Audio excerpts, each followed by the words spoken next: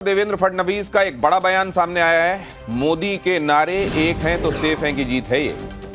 फडणवीस ने कहा कि फेक नैरेटिव जो चलाए जा रहे थे वो फेल हुए। फेक नैरेटिव के खिलाफ जबरदस्त वोटिंग हुई। मैं आधुनिक अभिमन्यु हूं, मुझे चक्रव्यूह तोड़ना आता है, कहा देवेंद्र फडणवीस। ये विजय है ऐसा मैं मानता हूं और साथ साथ मैं हमारे प्रधानमंत्री जी का तो आभार व्यक्त करता हूं, उनके कारण ही हमको ये जीत मिली है। लेकिन हमारे देश के गृह मंत्री श्री अमित शाह जी, जिन्होंने महाराष्ट्र में आकर कार्यकर्ताओं में एक ऊर्जा का संचार किया, मैं उनका भी आभार व्यक्त करता हूं। हमारे राष्ट्रीय नेतृत्व हमारे नड्डा जी है, हमारे राजनाथ जी हैं, हमारे नितिन गडकरी जी है, इनका भी आभार व्यक्त करता हूं। हमारे जो चुनाव के प्रभारी हैं, हमारे जो महाराष्ट्र से मंत्री हैं, इन सभी का मैं बहुत दिल से आभार व्यक्त करता हूं कि पूरी पार्टी ताकत से हमारे साथ खड़ी हुई।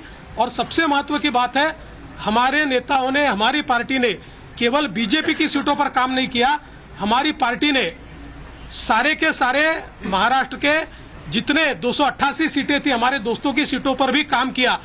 और मुझे ऐसा लगता है कि इसके कारण एक बहुत अच्छा यहाँ कार्य संपन्न हुआ। हमारे भूपेंद्र यादव जी, अश्विनी वैष्णव जी, हमारे शिवप्रकाश जी, इनका भी मैं आभार व्यक्त करता हूँ। हमारे यहाँ पर जो हमारे सारे अलग अलग प्रांतों से भी जिन लोगों ने हमको मदद की, उनका भी मैं आभार व्यक्त करता हूँ। हमारे पीयूष जी का मैं आभार व्यक्त करता हूँ, हमारे शिवराज सिंह चौहान जी का भी मैं आभार व्यक्त करता हूँ। मुझे ऐसा लगता है कि एक प्रकार से सामूहिक रूप से हम लोग जब उतरे तो ये सामूहिक ताकत एक ऐसी ताकत बनी जिसने दिखा दिया कि महाराष्ट्र ये मोदी जी के ही साथ है।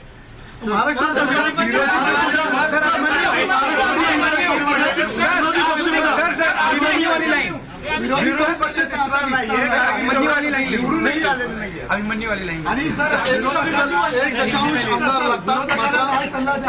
अभिमन्यू की तरफ चक्रव्यूह आपने भेज दिया सर।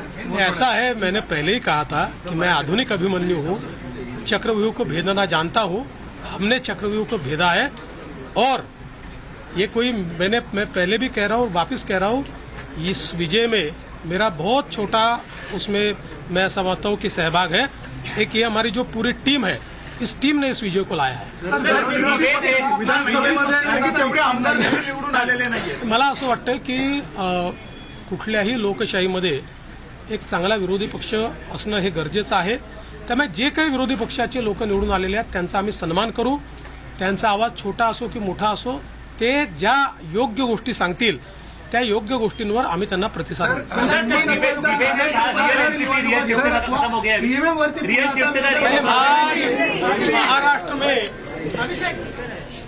महाराष्ट्र की जनता ने जो अप्रत्याशित इस प्रकार की जीत हमको दी है, इससे ये बात पूरी तरीके से स्थापित होती है कि महाराष्ट्र ये प्रधानमंत्री मोदी जी के पीछे है।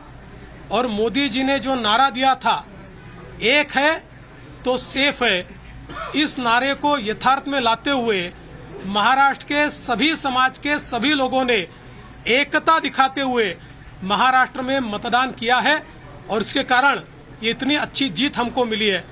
मैं विशेष आपने देखा क्या कहा देवेंद्र फडणवीस ने। और अब हमारे साथ जो मेहमान हैं उनके साथ आपका जल्दी से परिचय करा देता हूं।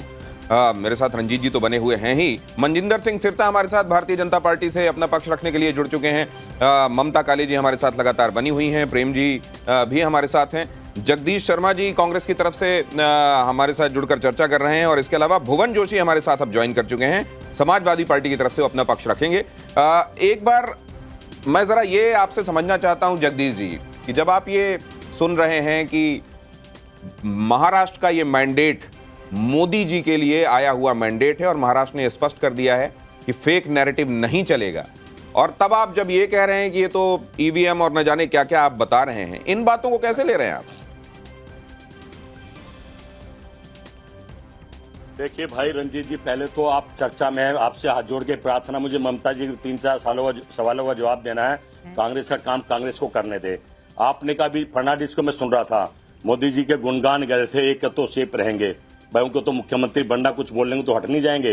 कहीं ना कहीं वो झारखंड में तो एक रहेंगे, सेफ नहीं रहे। उत्तर प्रदेश 3 सीटों पर एक रहेंगे तो सेफ नहीं रहे, और वायनाड में तो सुपड़ा ही साफ होगा। कहीं ना कहीं मैं समझता हूं ये खेल चल रहा है। अब बार बार कहता हूं मत समझो, लेकिन आपके चैनल के माध्यम से जनता को बताना चाहता हूं, आपको नहीं, आपको तो पता क्या चल रहा है, आपका चैनल, आपकी मजबूरी है, आपको क्या सुनना क्या सुनाना है, पर चर्चा का विषय देवेंद्र फडणवीस विपक्ष से नाते मजबूर है, सवाल तो उठाएंगे, चर्चा हम तो चैनल करेंगे। वाले मजबूर पिछले हैं, 10 साल से सवाल बस एक उठा रहे हैं। जगदीश जी हर मजबूर पार्टी- नहीं है। हर पार्टी- हाँ, और इसका हाँ, निर्णय वो करेंगे। भाई मजबूर है वो। कि मैं ऐसा मानता हूं कि हमारे एकनाथ शिंदे जी उनके पार्टी के अध्यक्ष है, अजित पवार जी उनके पार्टी के अध्यक्ष है, और साथ में हमारे पार्टी के जो राष्ट्रीय अध्यक्ष है उनको हमारा पार्लियामेंट्री बोर्ड ऑथराइज करता है। तो ये लोग बैठकर एक उचित निर्णय करेंगे, हमारे वरिष्ठ नेताओं से बातचीत करेंगे, हमारे पार्लियामेंट्री बोर्ड से बातचीत करेंगे, जो निर्णय होगा वो सबको मान्य होगा, इसमें कोई विवाद नहीं।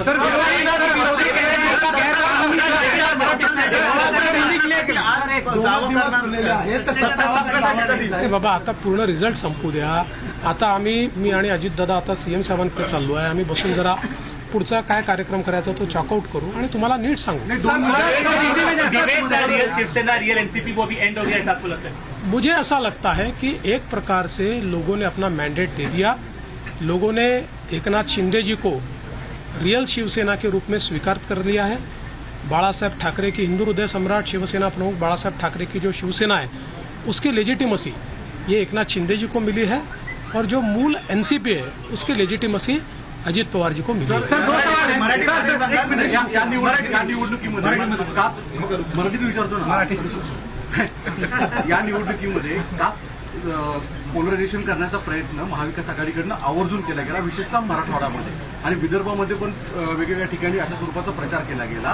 तरी देखील विदर्भ आणि मराठवाडा याच्यामध्ये प्रचंड भाजपला यश मिळताना दिसतंय, याचं प्रमुख अॅनालिसिस काय? मला असं वाटतं की जेव्हा वारंवार तुम्ही एका व्यक्तीला एका पक्षाला टार्गेट करता त्यावेळी तुम्ही जे टार्गेट करता त्यातली हवा पण निघून जाते आणि त्याची तीव्रताही कमी होते आणि लोकांना जीत के मायने समझे जा रहे हैं और ये पूछा जा रहा है कि अब आगे क्या होने वाला है, खासतौर से सीएम को लेकर, खासतौर से अजीत पवार उनका क्या भविष्य होने वाला है उसको लेकर ये भी पूछा जा रहा है कि कौन सी शिवसेना है। अब क्या ये तय हो गया, अब ये सवाल नहीं पूछे जाएंगे कि असली शिवसेना कौन सी है, और क्या ये नहीं पूछा जाएगा कि असली एनसीपी कौन सी है। इस सबके बीच मनजिंदर जी हमारे साथ जुड़े हुए हैं। जी मनजिंदर जी, ये जीत, धन्यवाद, मौका दो। आ रहा हूं जगदीश जी, आ रहा हूं मनजिंदर जी से एक सवाल लेकर आपके पास आ रहा हूं। ये जीत जब है इधर, तो उधर झारखंड की भी बातें हो रही हैं, और झारखंड के संदर्भ में ये पूछा जा रहा है कि क्या जो नैरेटिव्स यहां चले वो वहां नहीं चले क्या?